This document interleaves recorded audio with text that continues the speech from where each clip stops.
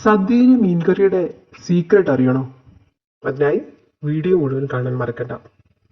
ആദ്യമേ തന്നെ ഉലുവ, കടുക് എന്നിവ ചേർത്ത് പൊട്ടിക്കുക.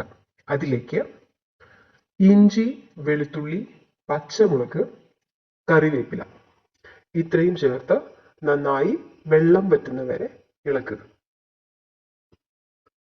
അതൊന്ന് കുക്കായി വരണം. ആ പച്ചമുളകിന്റെ പച്ചപ്പും ഇഞ്ചിയുടെ ജലാംശമൊക്കെ ഒന്ന് വറ്റണം. ശേഷം അതിലേക്ക് സവാള ചേർക്കുക. ചെറുള്ളിയാണ് ബെസ്റ്റ്, എങ്കിലും സവാളയും കുറച്ച് ചെറുള്ളിയും ബാലൻസ്ഡ് ആയിട്ടൊക്കെ നിങ്ങൾക്ക് ചേർക്കാം കേട്ടോ. ഇതാണ് അടുത്തൊരു സീക്രട്ട്.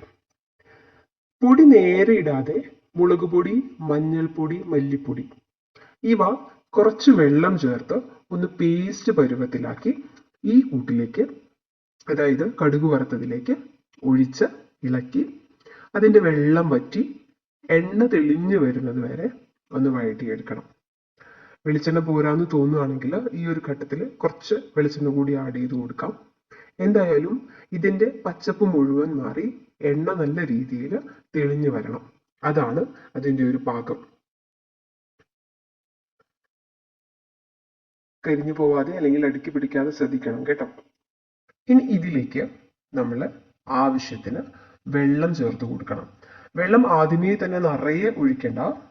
പാകത്തിന് ആ മസാല ഒന്ന് കട്ട കെട്ടാത്ത രീതിയിൽ എല്ലായിടത്തും വരുന്ന പാകത്തിന് വെള്ളം ചേർക്കുക. എന്നിട്ട് നന്നായിട്ടൊന്ന് ഇളക്കി യോജിപ്പിക്കണം. മസാല കട്ട കെട്ടാതെ പിടിക്കണം. അതിലേക്ക് കുടംപുളിയും ഉപ്പും ചേർത്ത് തിളക്കട്ടെ. തിളച്ചു കഴിയുമ്പോൾ അതിലേക്ക് നമ്മൾ അരിഞ്ഞ് വൃത്തിയാക്കി വെച്ചിട്ടുള്ള മീൻ ചേർത്ത് കൊടുക്കണം. ഏത് മീനാണോ ഉപയോഗിക്കുന്നത് ആ മീൻ ചേർത്ത് കൊടുക്കണം. ആ മീൻ ഇട്ട് കഴിയുമ്പോൾ ആ മീനിനേക്കാളും ഒരു പടി മുകളിൽ വെള്ളം നിൽക്കുന്ന രീതിയിൽ ആവശ്യമായിട്ട് വന്നാൽ നമ്മൾ പിന്നീട് വെള്ളം ചേർത്ത് കൊടുത്താൽ മതിയാവും. ആദ്യമേ തന്നെ വെള്ളം ഒഴിച്ചാൽ നമുക്കതിന്റെ പാകം മനസ്സിലാവില്ല.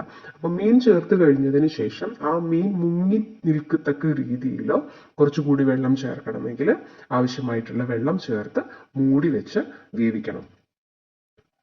നന്നായി തിളച്ച് വെന്ത് കഴിയണം.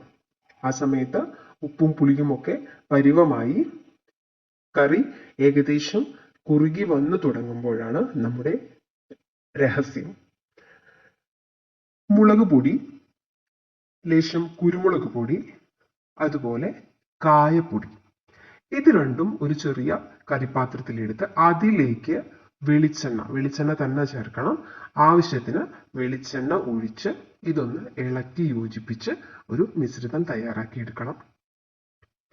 പാകമായ കറിയിലേക്ക്, അതായത് വെന്ത ഏകദേശം ചാറൊക്കെ പാകത്തിന് വന്ന ആ ഒരു കറിയിലേക്ക് നമ്മൾ ഈ ഇളക്കി യോജിപ്പിച്ച മിശ്രിതം ഒഴിക്കണം.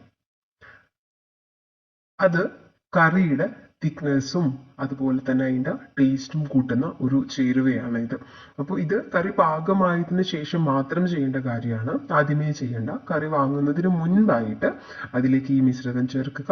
ഒപ്പം കുറച്ച് കറിവേപ്പില, അത് നല്ല രീതിയിൽ നല്ല ഫ്രഷ് ആയിട്ടുള്ള കറിവേപ്പില ഞെരടി ചേർത്ത് ഒന്ന് തിളപ്പിച്ചെടുത്താൽ മതിയാവും.